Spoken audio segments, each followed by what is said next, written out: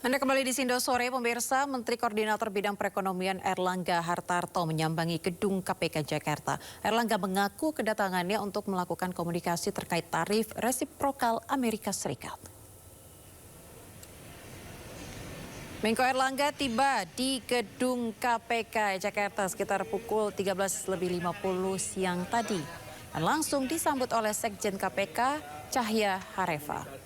Selain Erlangga, hadir pula Wakil Menteri Perdagangan Diah Roro Esti dan Wakil Menteri SDM Yulio Tanjung. Menurut keterangan Jubir KPK Budi Prasetyo, pertemuan ini dilakukan tertutup dengan agenda penyampaian hasil kajian pencegahan korupsi. Kita komunikasi untuk negosiasi tarif. Ya. Tarif Amerika. Tarif Amerika ya Pak. Pak, dadah dulu Pak. Pemirsa, Jaksa Penuntut Umum Kejaksaan Agung menghadirkan barang bukti kasus dugaan suap dan tindak pidana pencucian uang atau TPPU dengan terdakwa advokat Marcella Santoso dan Arianto. Ya pemirsa, inilah satu unit Ferrari dan Harley Davidson yang dihadirkan di Pengadilan Negeri Jakarta Pusat. Sejumlah kendaraan ini merupakan barang bukti yang dihadirkan dalam sidang suap vonis lepas CPO.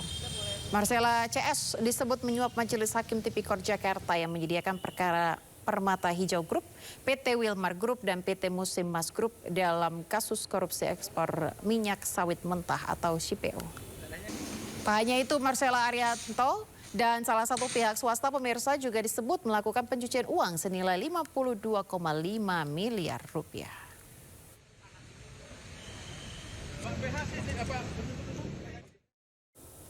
Penyidik Komisi Pemberantasan Korupsi KPK geledah kantor pusat Direktorat Jenderal Pajak Kementerian Keuangan di Jakarta Selatan.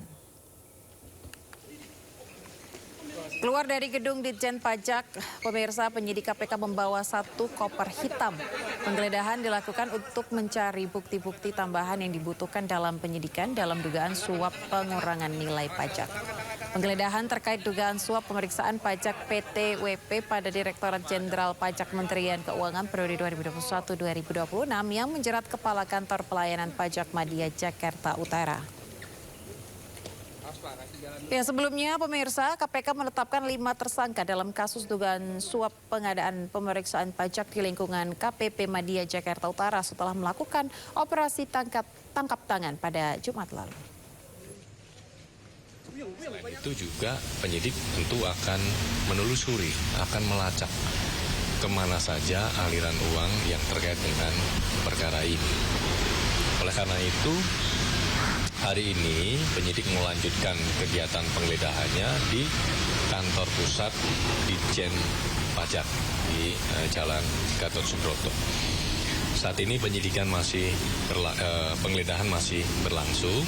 Tentu penyidik mencari bukti-bukti tambahan untuk mempertebal, untuk memperkuat dari apa yang sudah didapatkan dari penggeledahan sebelumnya. Ya, karena memang kita masih akan terus menelusuri, termasuk proses ataupun tahapan dari penilaian dan pemeriksaan ini seperti apa peran-peran yang dilakukan pihak-pihak di kantor pusat Ditjen Pajak. Ya. Diperiksa KPK sebagai saksi dugaan korupsi haji, Ketua Bidang Ekonomi Pengurus Besar Nahdlatul Ulama membantah adanya aliran uang baik kepada dirinya maupun kepada organisasi NU.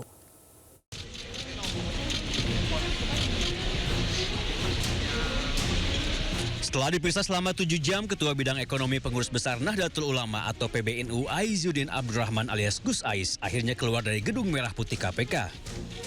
Gus Ais diperiksa sebagai saksi kasus korupsi kuota haji yang menjerat Yakut Khalil Haumas dan staf khususnya Iswah Abidal Aziz. Gus Ais membantah dirinya terlibat dengan dugaan korupsi kuota haji. Ia juga membantah adanya aliran uang baik kepada dirinya maupun kepada NU. Tapi KPK bilang ada aliran uang Pak ke Bapak dari kasus ini Pak? Enggak. Itu dari Pak Yakut apa dari ISPA Pak? Enggak. Kalau enggak ke Gus berarti ke PBNU ya Gus? Enggak ada juga. Kan kebetulan Gus ketua bidang ekonomi Gus. Kan Gus kebetulan ketua bidang di PBNU gitu Gus. Apakah untuk operasional atau gimana? Iyalah, sama beliau-beliau. Insya Allah kita doakan semua yang terbaik, yang maslahat, nggak ada masalah apapun. Dan ini menjadi titik muhasabah, introspeksi untuk semuanya, khususnya pengurus Nahdlatul Ulama lah. Sementara itu, menurut juru bicara KPK Budi Prasetyo, tim penyidik memeriksa Gus Ais sebagai saksi karena diduga adanya aliran uang terkait dugaan korupsi kuota haji. Kepada yang bersangkutan. Nah, ini akan didalami. Maksudnya seperti apa, tujuannya untuk apa, kemudian bagaimana proses dan mekanisme aliran uang itu bisa terjadi. Nah, ini masih akan terus didalami. Kasus korupsi haji berawal saat pemerintah Arab Saudi menghadiahi 20.000 kuota haji tambahan. Pemerintah membaginya menjadi 92% bagi jemaah haji reguler dan 8% bagi jemaah haji khusus. Yakut yang kala itu menjadi Menteri Agama justru membaginya secara merata. KPK mengendus adanya transaksi jual beli antara Kementerian Agama dan Biro Haji. Tim Liputan iNews melaporkan. Setelah ditetapkan sebagai tersangka kasus korupsi haji, mantan Menteri Agama Yakut Khalil Qaumas belum juga ditahan. Koordinator Maki pemirsa Boyamin Saiman menyebut KPK harus segera tahan Yakut sesuai Undang-Undang Tipikor Pasal 25.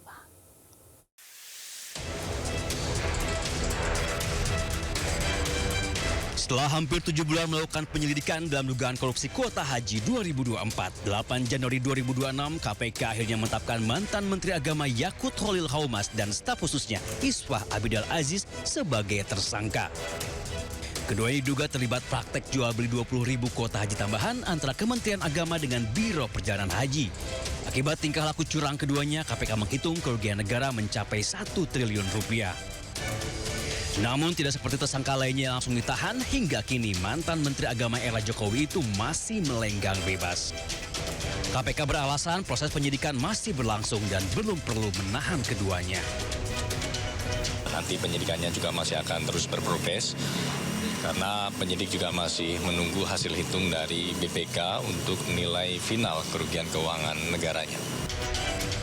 Sementara menurut Koordinator Masyarakat Anti Korupsi Boyamin Saiman, langkah KPK dianggap tidak mematuhi pasal 25 dengan tidak segera menahan para tersangka.